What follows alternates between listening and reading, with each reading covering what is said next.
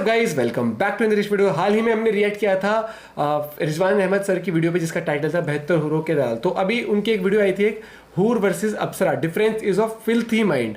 तो क्या है पूरा मामला, सर ने टॉपिक किस तरीके से, क्योंकि काफी लोग कह रहे थे ना कि अप्सरा भी तो है इस तरीके, तो पूरा डिफरेंस होगा वीडियो के अंदर। वीडियो और ये हर एक चीज फैक्ट वाइज बताते हैं। तो ओरिजिनल वीडियो का लिंक है डिस्क्रिप्शन में, चैनल में, तो प्लीज सब्सक्राइब, वीडियो कर दे लाइक। 1 2 3 गो। इंद्रलोक इंद्रदेव के स्वर्ग में जाओगे, वहां पर तुम्हें अप्सराएं मिलेंगी, उनको तुम रेलना और उनको पेलना दबा के। ये मौलाना बोल रहा था ना, दबा के मजे लेना। इस तरीके मैं तुम्हें बताता हूं अप्सरा कैसे फर्क है। जो अप्सराओं के किस्से और अफसाने हिंदू शास्त्रों में लिखे हुए हैं, सनातनी शास्त्रों में लिखे हुए हैं, 72 हूरों से तुम बैठे होगे, एक ही लेके हटे होगे, दूसरी आके कंधे पर हाथ रख देगी कि सरकार मेरी भी ले लो।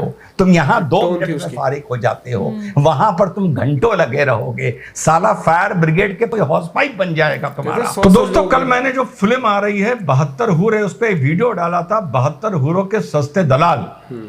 इस पर बड़ा अजीबो गरीब रिस्पॉन्स मिला। एक तरफ से तो बहुत ज्यादा ये वीडियो को पसंद करा गया, क्योंकि ये 72 हूरों के सस्ते दलालों को मैंने एक्सपोज किया था। और दूसरी तरफ गटर छाप, जो मैंने गरम तेल डाला, गटर छाप अपने अपने बिलों से ये कीड़े बाहर निकल आए। ये वर्ड सही। तो आज उसी वीडियो के कंटिन्यूएशन में ये वीडियो बना रहा हूं। कुछ कमेंट्स आए युवाओं के, उस पर चर्चा करेंगे। और एक बात बड़ी बार बार आई कि तू अप्सराओं का जिक्र क्यों नहीं करता है, तो इंद्र के स्वर्ग की जो अप्सराओं के अफसाने हैं और किस्से हैं, उनका जिक्र क्यों नहीं करता है। तो इस सब को मिला जुला के है आज का वीडियो। फेस टू फेस जो गंद लिखते हैं सही वर्ड है उनके लिए कीड़े कीड़े सही। नमस्कार, सत श्री अकाल, अस्सलाम वालेकुम। तेरी माँ की कटर छो। कैसे हैं जनाब? तो साहब, सबसे पहले सलमान हो, आप लोगों को ये दिखाता हूं कि तुम्हारे युवा ये गटर छाप के हद तक ग्रसित हो चुके हैं। आइए पहले कुछ कमेंट्स देखते हैं जो कल के इस वीडियो में लिंक नीचे पड़ा हुआ है। अगर आप ये वाला वीडियो पहले देख लेंगे तो आपको आज का वीडियो समझने में आसानी होगी, जिस आदमी ने कल का ये वीडियो नहीं देखा था। आइए कुछ कमेंट्स देखते हैं और फिर इसको इवेलुएट करेंगे कि हमारी कौम किधर जा रही है। मुसलमान चुप है, सोशल मीडिया पर गटर छापों का, गंद से पैदा हुए कॉकरोचों का बोलबाला होता जा रहा है। तो सबसे पहले हुस्ना अंजुम का comment, being a Muslim I agree with you, ए हुलकुट मौलाना मेरे को हरगिज नहीं पसंद, otherwise proud to be an Indian. Anjum, thank you so much, तुमने कुछ इज्जत रख ली मुसलमानों की, और यही चाहता हूं कि तुम जैसे मुसलमान सामने आए। हो सकता है बहुत सी चीजों से अंजुम तुम मेरी बातों से इत्तेफाक ना रखो, लेकिन गटर छापों को इंसान बनाने के लिए, इन कॉकरोचों को इंसान बनाने के लिए तुम जैसे लोगों की अंजुम मुझको बहुत जरूरत है, और मुझसे ज्यादा इस कौम को बहुत जरूरत है, और इस्लाम को बहुत जरूरत है। दूसरा कमेंट है निजाम अली का। वो लिखते हैं कि ऐसे मौलाना को उल्टा डाल के पिछवाड़ा तोड़ देना चाहिए, गुमराह करते हैं मुसलमानों को। तो ऐसे मौलानाओं पर सही लिखा है, देख निजाम भाई, Nizam Ali, thank you so much. आप भी मेरी किसी भी बात से इत्तेफाक रखें ना रखें, कोई बात आपको मेरी कड़वी लगे, बुरी लगे, लेकिन आप जैसे मुसलमानों की जरूरत है इस कौम को, जो गटर छापों को फ्रॉम विद इन चेक करे। जब कोई गैर मुस्लिम चेक करता है तो सांप्रदायिकता कहलाती है। अच्छे मुसलमानों का काम है कि वो सोशल मीडिया पर आएं और ऐसे लोगों को चेक करें। तो 2 ये हो गए। Thank you so much Anjum, और thank you so much Nizam Ali. इसके बाद 2 लोगों ने बड़ी सलीके से, बहुत तमीज से कुछ सवाल पूछे हैं, आइए वो आपको दिखाता हूं। फराज शफाकत लिखते हैं, there is no concept of 72 हूर्स इन द कुरान। ये सब बातें बाकी दुनिया के लोगों की बातें। You are talking about hadith written by, इन्होंने इस तरह से लिखा है, हु रोड बाय सही अल बुखारी। Can you please give me any reference from the Quran. मैंने कब कहा कि कुरान में ऐसा कोई डिटेल्ड रेफरेंस है? कब कहा मैंने शफाकत भाई? मैंने कभी कहा? मेरा प्रोग्राम था गलीज, गंदे, घिनौने, बेशरम मौलानाओं पर, जो प्रॉफिट के नाम पर, पैगंबर के नाम पर बैठ के लोगों को गुमराह कर अपना रहे प्रॉफिट बना रहे हैं। हैं और वाकई मानिए या ना मानिए, जितने लोग भी इस तरह से जिनके जहन में आई है ये बात कि हम जिए तो गाजी और मरे तो शहीद, वो इसी तरह के लोगों की वजह से आई है।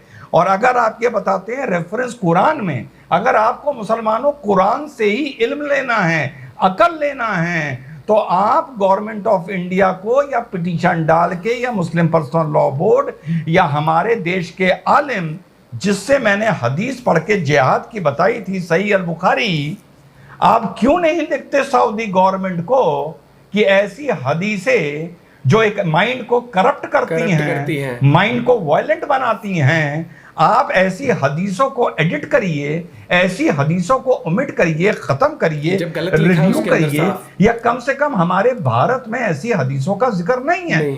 और अगर आप मानते हैं कि ये हदीसें सही हैं तो फिर एडमिट करिए कि जिहाद का मतलब बतौर सही अल बुखारी और सही अल मुस्लिम 90% केसेस में हदीसों के हिसाब से वायलेंस है, इस्लाम के लिए, अल्लाह के लिए और कुरान की शान के लिए।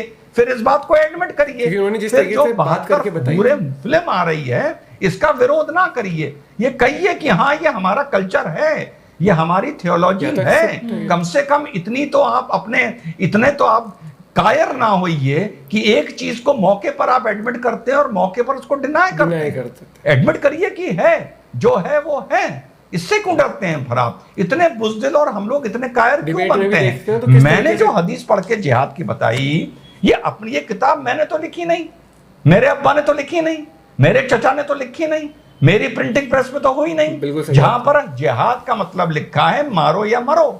अगर आपको ऐसी चीज बदनामी लगती है इस्लाम की या जिहाद की, तो इन हदीसों को चैलेंज करिए, मुझे ना चैलेंज करिए। मैं तो सोर्स दिखा के बता रहा हूं कहां लिखा है, नंबर बता रहा हूं, प्रिंटर बता रहा हूं।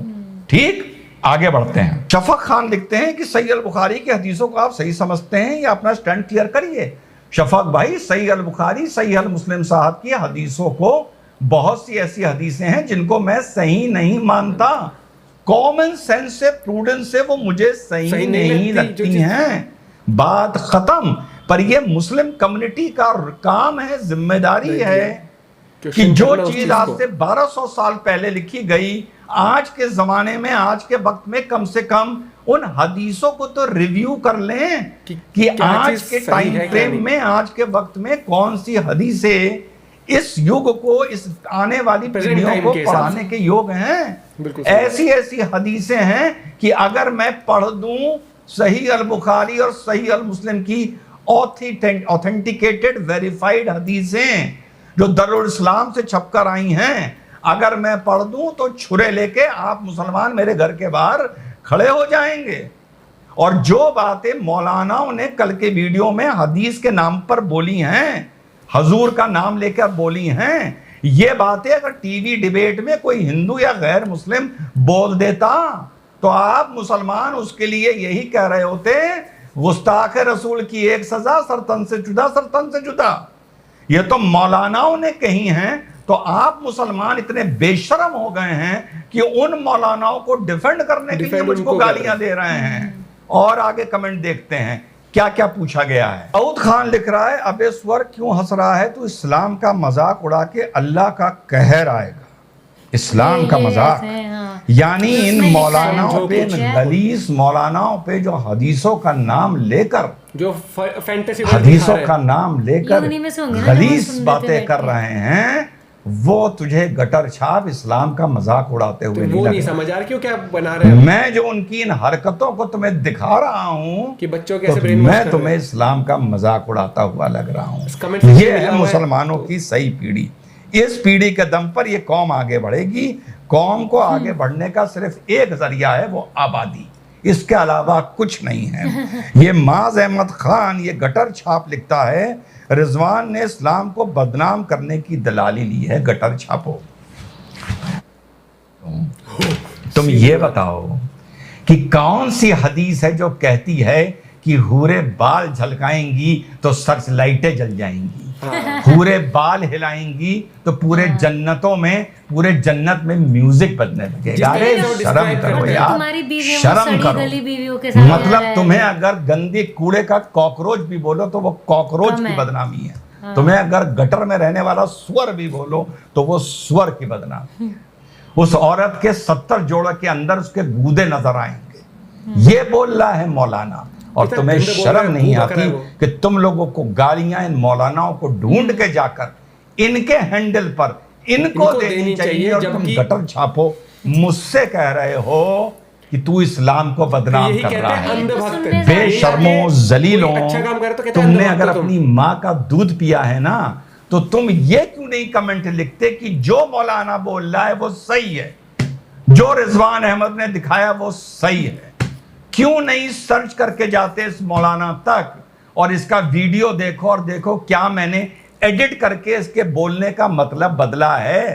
पहले तुम ये देखो और या बोलो कि जो भी ये मौलाना बोल रहा है सही है, इसी तरह की जन्नत है और यही मिलेगा जन्नत में। अपनी ज्यादा बात को लंबा ना करते हुए 2 बातें और बताता हूं। पहले मुसलमान तुम्हें एक बात समझा देता हूं, उसके बाद जो तुम मुझे अप्सरा लिख रहे थे इंद्रदेव के स्वर्ग में, उसका तुम्हें मतलब बता देता हूं कि क्यों 72 हूर अप्सराओं से फर्क है। गटर छापो, मुसलमानों आगे आओ और इन गटर छापों को समझाओ जो गंद में पलने वाले कॉकरोचों से भी बदतर है। कोई भी धार्मिक किताब हो, कोई भी, वो मेटाफोरिकली लिखी जाती है। मेटाफोरिकली का मतलब यह है उसको उस किताब में किसी चीज को समझाने के लिए किसी काल्पनिक चीज का सहारा लिया जाता है। मोटा मोटा जितना इस्लाम मैंने पढ़ा है और मुझे समझ में आया है, पूरे कुरान शरीफ में अगर जन्नत का जिक्र है और दोज़ख का जिक्र है, जितनी बार दोज़ख का जिक्र है उतनी ही बार जन्नत का जिक्र है। और दोनों में, एक में जन्नत की अच्छाई बताई गई है और एक में दोज़ख की बुराई बताई गई है। पर अच्छाई इतनी गलीज तरीके से, इतनी घटिया बेशर्मी की तरीके से नहीं बताई गई है जिस तरीके से ये मौलाना उसको बयान करते हैं कि बाल खुलेंगे तो सर्चलाइट जलने लगेगी, तुम बैठे होगे एक की लेके हटे होगे, दूसरी आके कंधे पर हाथ रखेगी कि सरकार मेरी भी ले लो। तुम यहाँ 2 मिनट में फारिग हो जाते हो, वहां पर तुम घंटों लगे रहोगे। साला फायर ब्रिगेड के कोई हॉस्पिटल बन जाएगा तुम्हारा। ये इस तरीके से हदीसें बताई जाती हैं कौम को बेशर्मो, इस तरीके से। और तुम जलील 2 टके के, वाकई तुम्हें पंचर पुत्र कहना चाहिए, तुम्हें गटर छाप कहना चाहिए। तुम आकर मुझको गालियां देते हो कि मैं इस्लाम को बदनाम कर रहा हूं। जलीलों, वो हजूर का नाम लेके गंद फैला रहे हैं सोशल मीडिया पर। अरे एक बात अभी कुछ दिन पहले मैंने किसी हिंदू से कहा कि यार तुम इस्लाम का अगर बारे में बुरा बोलोगे, कोई हिंदू के बारे में बुरा बोलेगा, तुम अगर हजूर के बारे में बुरा बोलोगे, कोई कृष्ण जी के बारे में बुरा बोलेगा। ये मैं किसी हिंदू से बोल रहा था और मैंने वीडियो में भी ये बोला कि हंस के और मजाक उड़ाने का कोई फायदा नहीं है। लेकिन कल का जो मैंने वीडियो बनाया उसमें गटर छापो, कूड़े में पलने वाले कॉकरोचों, वहां तो मुसलमान ही इस्लाम का मजाक उड़ा रहा है, हजूर का नाम लेके गंद फैला रहा है, गंद बक रहा है वो। और यहां मैं हिंदुओं को क्या कहूं? हिंदू से फिर तुम क्या उम्मीद करोगे? वो तो ऐसे वीडियो देखकर वाकई हंसेगा, ताली बजाएगा और उसका मुंह खुले का खुला रह जाएगा कि किस तरह की तकरीरें होती हैं, किस तरह की तकरीरें मौलाना और आलिम करते हैं। और उससे बड़ी बात कि तुम सोशल मीडिया पर आके उनका समर्थन करते हो और मुझको गाली देते हो। तो जो भी चीज किसी धार्मिक किताब में लिखी हुई है, अगर मैं कुरान की बात करूं तो वो मेटाफोरिकली लिखी जाती है, समझाने के लिए लिखी जाती है। गटर छापो। अगर माँ अपने बच्चे से कहती है कि तुम खाना नहीं खाओगे तो तुम्हारी मम्मी तुमसे जिंदगी भर बात नहीं करेंगी, गटर छापो। तुम्हें यार किस हद तक गिर के मुझे समझाना पड़ता है यार, पॉजिटिव साइड किस हद तक गिर कुरान में लिखा है कि मैं अपने काले कुत्ता, मेरी जो ब्लैकी है, उसको मैं एक बार जिंदगी में समझा देता हूं जो चीज बचपन में जब इतनी सी थी कि इसके दायरे के अंदर नहीं आओगी, खाना डाला जाएगा तो जब तक मैं नहीं हटूंगा तुम खाना खाने नहीं आओगी। वो समझ जाती है और तुम नहीं समझ सकते। चीजें धार्मिक किताबों में, मजहबी किताबों में मेटाफोरिकली लिखी होती हैं। उदाहरण के तौर पर मैंने उदाहरण दिया, माँ ने बच्चे से बोला तू अगर पढ़ाई नहीं करेगा मैं जिंदगी भर बात नहीं करूंगी। गटर छापो, क्या इसका मतलब ये हो गया कि वो जिंदगी भर बात नहीं करेगी? माँ कहती है बेटा नहीं पढ़ेगा तो भीख मांगेगा, क्या इसका मतलब ये होता है कि वो भीख मांगेगा?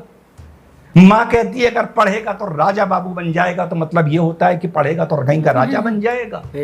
गटर छापो किस हद तक गिर के तुम्हें मुझे मजबूर होना पड़ता है तुम लोगों को समझनी पड़ती है। पुलिस वाला कहता है कि अगर बच्चे तुमने आज स्कूल में लड़ाई करी है पूरी जिंदगी जेल में सड़ा दूंगा, तो क्या स्कूल की लड़ाई के लिए पूरी जिंदगी जेल में सड़ेगा क्या? ये समझाने के तरीके होते हैं गटर छापो। यही तरीका जितना मैंने इस्लाम में समझा है कि एक अच्छाई तुम इस दुनिया में जो अल्लाह ने भेजा है तुम अच्छाई करो, इस समाज को बेहतर बनाओ, अल्लाह की बनाई इस दुनिया को, खुदा की परमेश्वर की बनाई दुनिया को इस बेहतर बनाओ, तो मैं तुम्हें यहां से बेहतर जिंदगी वहां दूंगा जो तुम्हें शायद यहां नहीं मिली। तो तुम निराश ना हो, फाइट बना दिया, तुम मेहनत करो, तुम मुझ पर यकीन करो, तुम मेरी इबादत करो। ये इस्लामी नजरिए से समझा रहा हूं मैं मुसलमानों तुमको, या हिंदुओं को मैं संबोधित नहीं कर रहा हूं। तुम मेरी इबादत करो, तुम नेक अमाल रखो, जो चीजें मैंने तुम्हें यहां नहीं दी वो मैं वहां दे दूंगा। और अगर तुम यहां गलतियां करोगे तो यहां जैसी मैंने तुम्हें जिंदगी दी उससे मैं बदतर जिंदगी तुम्हें बाद में हश्र के बाद दूंगा। इतनी सी लाइन है बस समझने के लिए। उस अच्छाई को और बुराई को इतनी डिटेल में कहां समझाया है कि बुरों को बिच्छू काटेंगे और तेल में तलाया जाएगा और खाल जब जल जाएगी तो दूसरी खाल पहनाई जाएगी। तुम लोग इतनी सी बुनियादी चीज नहीं समझ सकते। उनको तो फैंटेसी कि एक चीज को ये समझाने का तरीका होता है कि अच्छे अमालों पर तुम्हें वहां रिवॉर्ड मिलेगा। मुसलमान ये मानता है कि जन्नत है और दोज़ख है, तो सभी अपनी अपनी तरीके से मानते हैं। इतनी सी बात है, तुम उसको इतनी डिटेल में घुस के इतनी गलीज बातें तुम्हारे मौलाना कर रहे हैं और तुम उनके लिए मुझे गाली दे रहे हो। अपनी बात खत्म करने से पहले आखिरी बात बता दूं, जो तुमने अप्सराओं की बात कही थी, मैं तुम्हें बताता हूं अप्सरा कैसे फर्क है। जो अप्सराओं के किस्से और अफसाने हिंदू शास्त्रों में लिखे हुए हैं, सनातनी शास्त्रों में लिखे हुए हैं 72 हूरों से।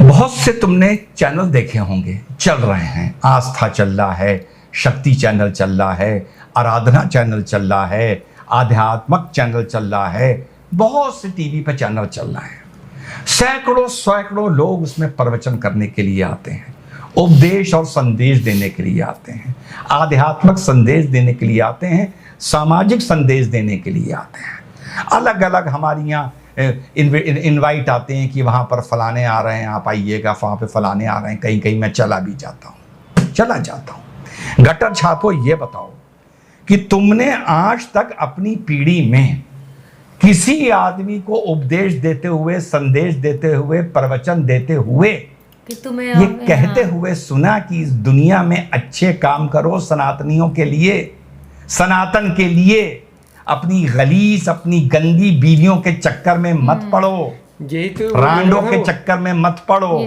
अच्छे काम करो तो इंद्र लोक, इंद्र देव के स्वर्ग में जाओगे। वहां पर तुम्हें अप्सराएं मिलेंगी, उनको तुम रेलना और उनको पेलना दबा के। ये मौलाना बोल रहा था ना, दबा के मजे लेना, यही बोला था ना। तुम्हें आज तक ऐसा प्रवचन मिला है कहीं गटर छापो? कोई बोलता हुआ तुम्हें ऐसा सनातनी मिला है? मिला है किसी चैनल पर? मिला है जो तुम्हें बता रहा है कि वो अप्सराएं वहां पर बाल खोलेंगी तो सर्च लाइटें जल जाएंगी, अप्सराएं अपना ब्लाउज खोलेंगी तो वहां पर म्यूजिक बजने लगेगा? मिला है? जिस तरह ये कल के मेरे वीडियो में मौलाना गटर छापो बता रहे थे, ये फर्क है अप्सराओं में और 72 हूरों में। अप्सराओं का जिक्र अगर किसी सनातनी लिटरेचर में, थियोलॉजी में आया तो वो आके वहां पर खत्म हो गया, खत्म हो गया। उसकी दुहाई देकर सन 2023 में 21वीं सदी में युवाओं को यह नहीं समझाया जा रहा किसी को कि इस धरती पर अगर तुम पुण्य करोगे तो वहां जाके अप्सराओं की लोगे। यही बोल रहा था ना शब्द, उन्हीं को शब्दों को मैं दोहरा रहा हूं तुम लोगों के लिए, गटर छापो। उनके साथ तुम हम बिस्तरी करोगे, उनके तुम्हें गूदे नजर आएंगे, कपड़ों के नीचे उनको तुम्हारा मखमली, तुम्हें उनका मखमली बदन संगे मरमर मलाई जैसा नजर आएगा। यही बता रहे थे ना मौलाना, कभी किसी सनातनी प्रवचन करने वाले को ये बकवास करते, ये गलीज बातें करते सुना है? जो मेरे पोस्ट पर अपलोड कर रहे हो अप्सराओं की फोटो, गटर छापो, तुम नहीं सुना ना? बस फर्क बता दिया, वो था, वो खत्म हो गया, कहीं किताबों में है, वो इस समाज में वो नहीं। आज के टाइम पर तुम 72 हूरों की बीमारी इस समाज में लेके घूम रहे हो, भी लेके 2023 में 21वीं सदी में 22वीं सदी में लेके घुसोगे तुम, वही अप्सराओं इज्जत भी नहीं होती ऐसे लोगों, वही हूरों की कहानी। और उन हूरों के चक्कर में तुम्हारे मदरसों में बहुत सी जगह दुनिया में आतंकवादी तैयार किए जा रहे हैं, गाजी तैयार करे जा रहे हैं। देखो किताब ये सपना दिखाकर यहाँ तुम अगर इस्लाम की राह में मरोगे तो फिर ऊपर जाकर तुम्हें उन हूरों को लेने का मौका मिलेगा। यही बोल रहा था ना मौलाना, यही बोल रहा था ना।